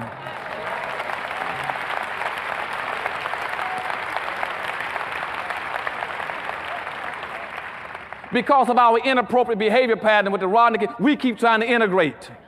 Nobody else is trying to integrate. Why would you try to integrate? And I just told you in 1790, the law says in the Constitution that the majority will win and the minority will lose. If the majority will win and the minority will lose, why would you ever do anything that breaks yourself into smaller pieces when you already a plan systematically program the minority? Now you got other people in a category called minority. You got women, gay, Hispanic, anything you want. Midgets, Hispanics, anything you want. But nobody goes by there and say how many you can have. You've ever heard anybody say we can only have so many women in the country, or so many midgets in the country, or so many gay in the country, or so many the only thing they say is you must have is so many blacks. We're the only people. And see, and another thing you got to understand, I told you last time I was here, is that you got to remember that you are the only non-immigrants in America. The only non-immigrants. So when you start using a word for yourself, always call yourself a non-immigrant. Don't call yourself anything else other than that. Don't call yourself a minority. And to some degree, if you really want to be slick, I would even call myself an African American. Why not? I asked one girl in Texas, she said, I noticed you never call yourself an African American. She said, I said, why? She said, why is that? I said, because I'm black. You see? She said, but why? But are you still an African American? I said, no. Because you see, when I go look at the definition of African American, the whole north part of Africa is a continent. That's not a country, that's a continent. People coming in from El Salvador, and they're El Salvadorians. When you say you're from Africa, I'm an African. Where in Africa?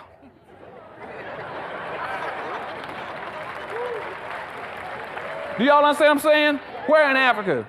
And plus that, and worse than that, is that the whole north part of Africa, those coming into the country, they are Arabs, Palestinians, Chaldeans, Egyptians. They are classified, those are whites coming in, but they also call themselves African Americans. When I go down through different parts of the west coast of Africa, I got people coming in from west coast of Africa. They are Pakistanis and Indians, East Indians, but they call themselves African Americans. When I go down to whites coming in from South Africa, they call themselves African Americans. And what they've done again is smother the issue over. So when I go look at it, when I go break it open, it's like cracking open an egg. Like when I look inside the word minority, I look inside of African American, I find the number of blacks that came into the country last year out of 26,000 African Americans, I only find something like 4,000 blacks. And that's why they're going to put the moves on you again. What they want to do is to cover it up again so you can't figure out what's happening to black folks. So a new term, they're going to say, well, we buried a lot of them under minorities, that concept. We buried a lot of them under the term Afro-American. Now let's come up with another term called multicultural. And Asian or Asia-Rasian or something, where nobody know what they are anymore. And see, if we bury them, see, nobody know what the conditions are for them anymore. They can't figure it out either. And see, that way we lock in the structural inequities. If racism, slavery, and Jim Crowism made whites 50-foot giants, and your problem is that whites got this much, you got that much, if you bury everything and smother it over, you'll never figure it out. You all going to have to fight from now on to make sure that it's only black. Every issue is black, so you can find out what's happening to your people. They're going to try to bury it because whites now got a choice. Either correct the structural inequities or hide it. And it's much cheaper to hide it.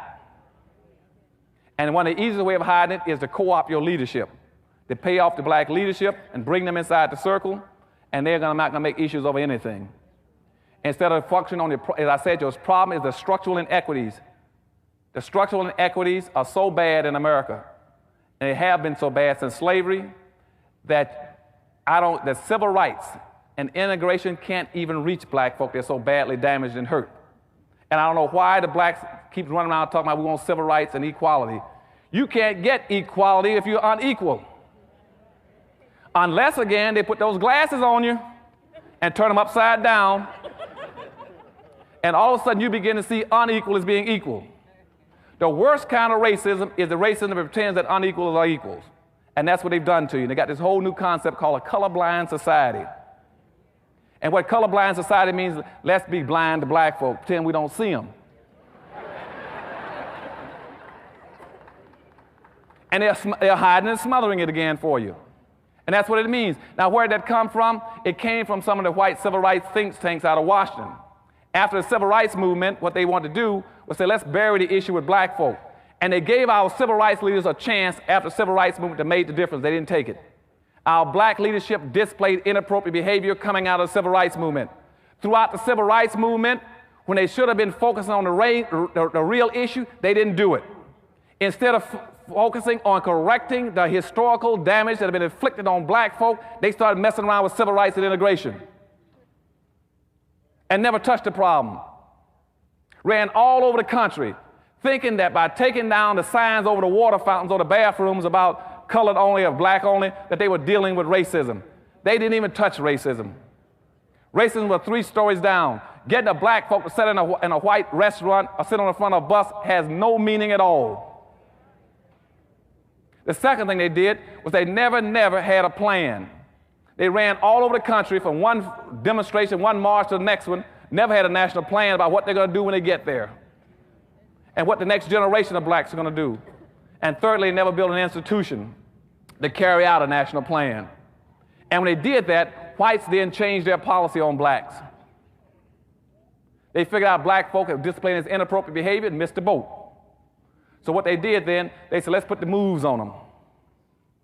Johnson then wrote a law saying you got to correct the conditions of black folk in 1965, what's called the Affirmative Action Bill. When that came out, they put the moves on us to smother the issue again. Affirmative action was supposed to have been intended to correct those structural inequities between blacks and whites that have occurred as a direct result of all those years of things I'm talking about. As soon as the bill came out, whites immediately started changing it, and black leadership bought it. The issue was supposed to be going this way. Watch how they flip the glasses upside down on you. The issue was supposed to be correcting historical what has happened to blacks historically by racism and discrimination. They switched and said, let's not talk about historical, let's talk about present day and the future. You're supposed to have been dealing with racism, which means group-based. They said, no, forget about that. Let's deal with individual discrimination. The issue was supposed to have been focusing on dealing with things that have happened to black folk. They changed it. No, let's deal with issues pertaining to everybody. Women, gays, handicapped, everything else. And when they did that, they destroyed affirmative action. Don't even waste your time even chasing affirmative action anymore. It's been destroyed. It was supposed to be helping black folk. Now, what the other groups did, they said, now that somebody put out a law to help black folk, how do we become equal to blacks? And that's when the Hispanics jumped up with this thing called Hispanic, the concept. Before that, we didn't have anything called Hispanic. But they thought in the early 60s that black folk might get some out of the civil rights movement. So what they did, they went to the table and came up with a whole term called Hispanic. They said, let's go all over the world and find everybody that speaks Spanish and pretend they're equal to black folk. And let's pretend that the Spanish language has been handicapped, Jim Crowed, enslaved, hung, lynched, decapitated, and everything else, and therefore is entitled to be treated like a black person. And they fabricated a new race called Hispanics. So now that means any person coming from Spain, Portugal, Philippines, any place, say, I'm a Hispanic, I'm equal to black folk. And the worst part about it, and then every time you hear a report about poverty, they'll go compare Hispanic poverty with black poverty. Nobody ever stops and hold a second, you got to quit playing that game, you're smothering the issue. The poverty on black folk is poverty that's been there for 400 years. That's the same old poverty you've been dealing with for 400 years, and you got rolling poverty. You keep having Hispanics coming into the country and comparing the poverty they're bringing into this country with the poverty that's been with black folk for 400 years.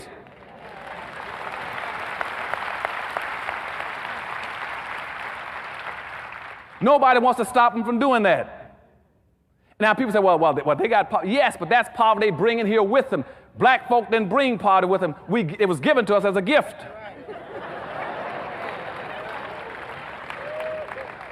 If you were to go back to 1840s, where I was earlier talking about Uncle Tomism, back at that point in time, you did not have one single solitary Hispanic in the entire United States. But you had almost 5.5 million black folk that were enslaved, who had been enslaved for 250 years. You didn't have any Hispanics. By 1900, you had 100,000 Hispanics in the United States, but you got 11 million black folk. Now, they got the same identical birth rate in 1900 up until today. Same identical birth rate. You got 100,000 Hispanics and 11 million black folk, and now they're going to pass black folk. Now, somebody who can count past 3 should say, hold a second. How can you only have 100,000 of them in 1900 at the same birth rate, and you got 11 million blacks and now passing blacks? Because 2 million every year walking across the border. It is not this country's responsibility to be correcting all their poverty. It's the country's responsibility to correct the poverty they put on people.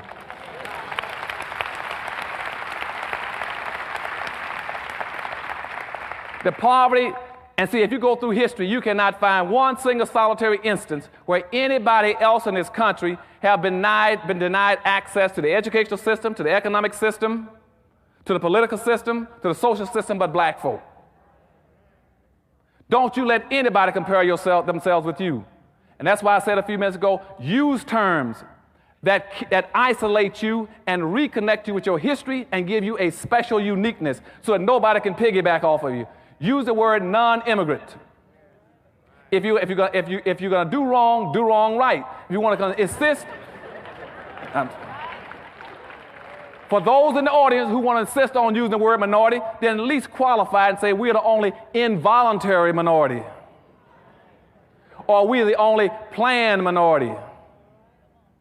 But don't use this term where it means everybody collectively. Because the whole concept of minority means to confuse the issue and defuse any resources you could have gotten.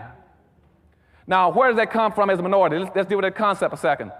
Now, at this point in time, black people have to understand in America that if you go back to the Constitution I was talking to you about earlier, the Federalist Papers were the document upon which the Constitution was drafted.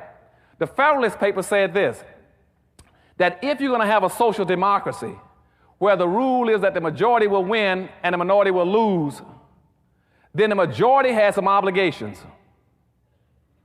First of all, if you use that social democracy that we're currently using, the majority have these obligations. One, it is the majority's responsibility to protect the rights of the minority. It is not your right as a minority to keep going out here marching and demonstrating. It is the dominant white society to make sure you got everything you need. That's their obligation. Point 2 in the Federalist Papers that gave the structure for the Constitution, it also says that if you use a social democracy like we have in the United States, that you cannot do anything to stop the minority from becoming the majority. And immediately after that Constitution went into effect, within a year, they enacted the immigration law to put a zero quota on blacks to make sure they stay a minority. They violated the Constitution in 1 year to make sure that you become a permanent minority. And I have not heard one black legal scholar in the United States make that an issue. None of them made it an issue. That's inappropriate behavior on the part of our legal scholars in this country.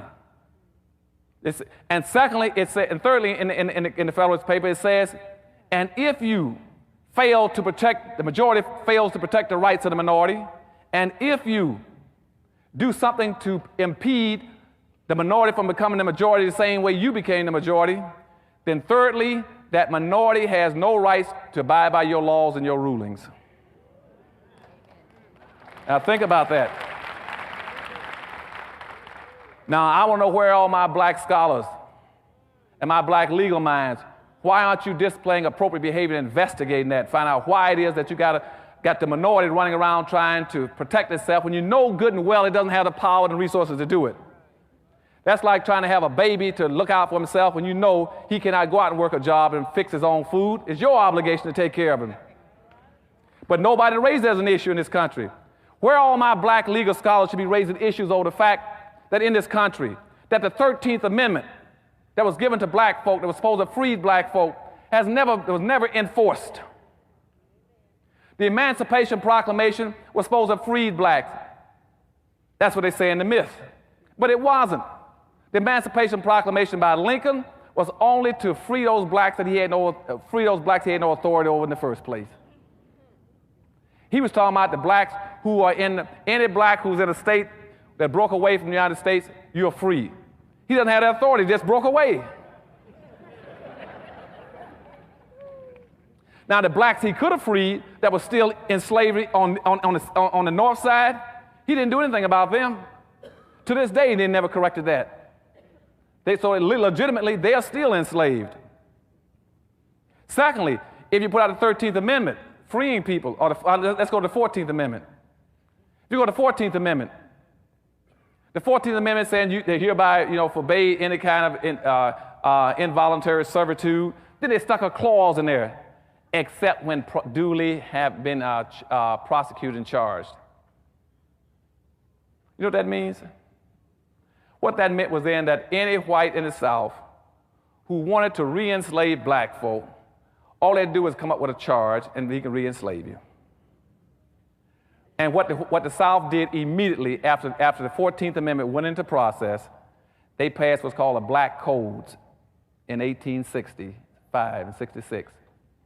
The Black Codes then said that any black person who used to be a slave, who's now free, he must be able to show me he has a contract for employment in his hand by the 1st of January.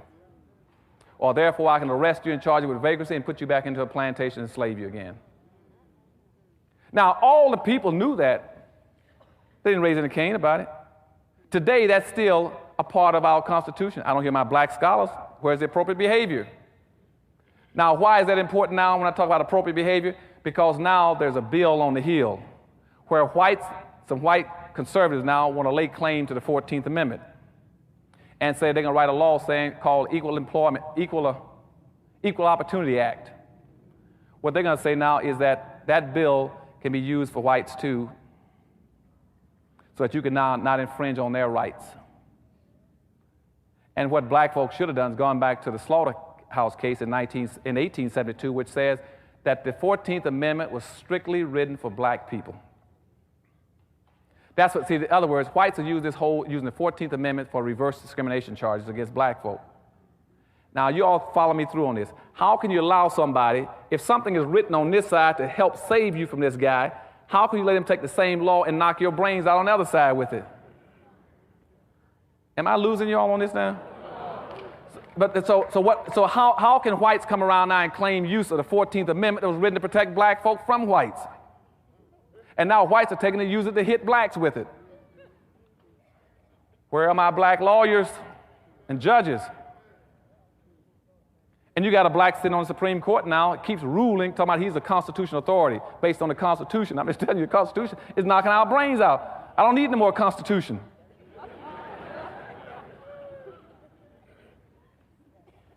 So, but all these questions need to be raised in our court system about what's happening to us.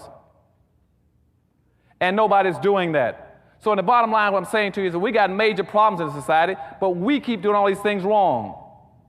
We are poor and impoverished because we don't build communities, as I told you a few minutes ago. Secondly, we are the richest nation on earth outside of the United States as black folk. In the world, we are the 9th richest nation on earth. We got an annual disposable income of $382 billion. But we violate all the norms of economics as black folk. That's inappropriate behavior. Your money is supposed to bounce 8 to 12 times before it leaves your community. I'm going to say that again. Black money is supposed to bounce 8 to 12 times. That means it must go through at least 8 to 12 black hands before it gets out of the Crenshaw neighborhood. 8 to 12 times.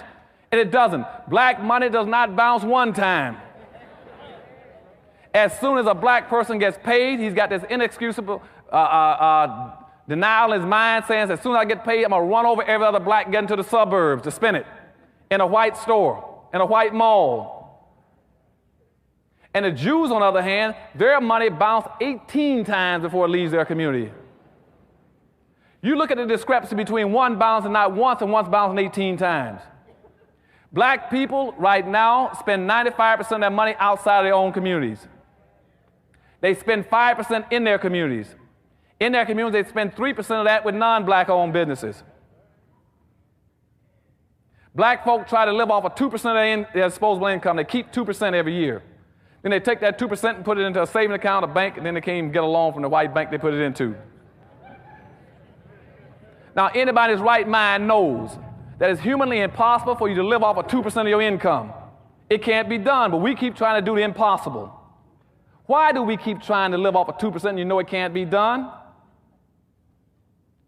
So what happens then is every night, every black community in America goes bankrupt when the last non-black in a black community closes up the store, cleans out the cash register, and goes home. We go bankrupt from that night until the next morning.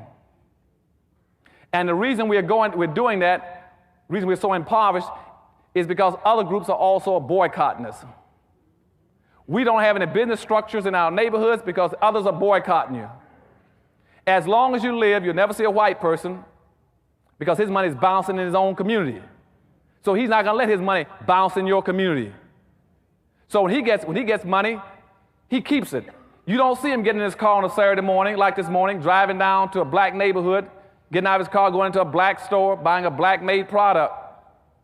He doesn't do that. If he does do that, I told y'all before, take a picture of it if you see it. It might be very valuable one day. Every black I know tries to get into Chinatown every Friday and Saturday evening.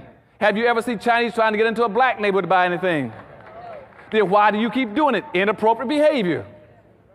You keep doing everything inappropriately, backwards. You got to quit doing it. I'm not telling you to be mean against anybody. I'm not telling you to be against. I'm saying take care of your own people. Don't do what they're doing in slavery.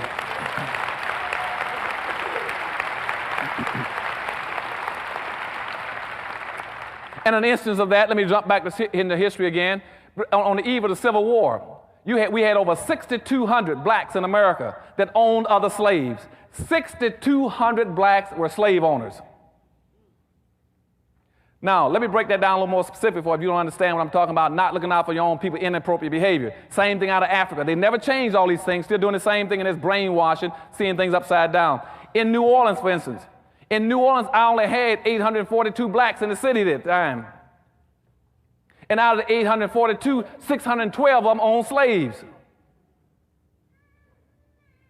Because they thought they were of a different color. They called themselves Creole and mulatto, so they wouldn't enslave the rest of their people. And when blacks tried to break free in New Orleans, out in the parish, in Jefferson Parish, the blacks went and joined the whites to put down a black revolt. And not only did they put it down, they helped slaughter the blacks. They chopped our heads off and put a head on a pole or something like every 100 yards, all leading all the way into New Orleans. That's inappropriate behavior of our people. Keep doing it in your own people. Then trying to find justifiable reasons. When the day you do the same thing, it's inappropriate behavior, same kind of behavior pattern, you're still killing your people. When I ask, why don't you go to a black store and spend your money at a black store? They said, Doctor, I want to go to his store. I don't go to his store.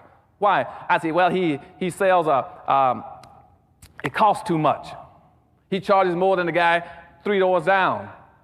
I said, who's the guy 3 doors down? Well, he's Chinese. I said, who's the guy? Well, he's black. See, that's inappropriate behavior because they don't understand what we call cost-benefit analysis, which means where are you getting the greatest benefit? Where do you get the greatest benefit for your race and your people and your money? If you go spend $1 with a black here and you go spend $1 with a white, and the white or the Chinese takes it out of his community and uses it against you.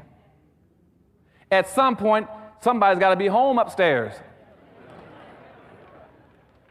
You got to say, yes, it might cost me a few pennies more to buy from a black, but I get more in return. Particularly if I can get him to keep that money in his neighborhood and spend it with another black person. They said, well, what if his merchandise is bad? And you go down there and tell him. You go down there and tell him, let me tell you something. You got 6 months to clean up this place. You got 6 months to put in a better quality product. You got 6 months to start putting up better security and lighting in here. And you got 6 months to change your negative attitude.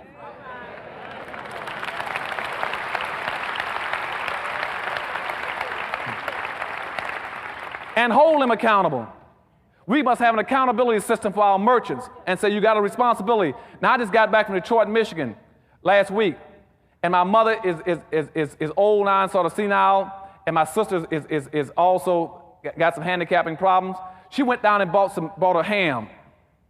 And in Detroit, Michigan, almost all your key essentials are owned by whites, by Arabs, your gas station, your food stores. She showed me a ham she was going to fix that day. And she said, this doesn't look right. She said, will you take a look at it for me? I looked at it, and it had that slime on it. I said, where'd you get that? She said, I got it from Savon's Arab store down the street there where they sell the groceries. And I'd already looked in it, and I could smell the rotten meat when I come in the store. And it's all the stores in the city, because they're not black-owned stores. I said, cut that ham open, let me see it. She cut the ham open, and now you're going to see the pus oozing out of it. And said, I'm going back on the radio in about 2 days back in Detroit. I'm going to ask every black in that city to close down all those darn stores. They got to quit doing that to black folk. And they go over and buy old vegetables from the main supermarket and bring them to the black neighborhoods. And I said, some black leadership, and this city has got a black mayor, a black city council, a black chief of police, a black school superintendent, a black mayor. How can you let people sell your people? Like my mother, an 80-year-old woman, sell her infested rotten meat with maggots in it.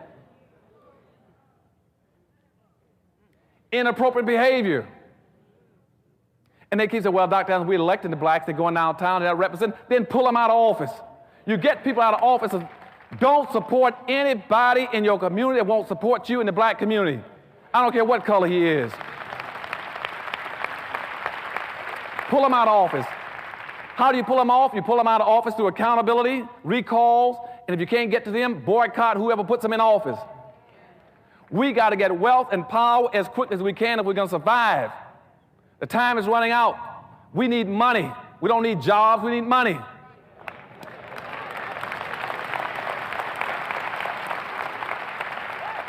And in conclusion, there's one lady told me, she said, Dr. Adams, she said, I love everything you say, but you got to quit talking about money all the time. I said, why? She said, because money is not everything. So I said, tell me what money is not. She said, well, money can't buy you love. I said, I'll tell you what. I said, without finance, there won't be any romance.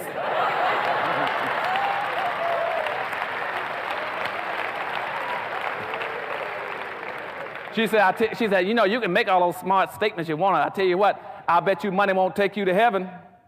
I said, I tell you what, you let money take me as far as it can, I get off and walk the rest of the way.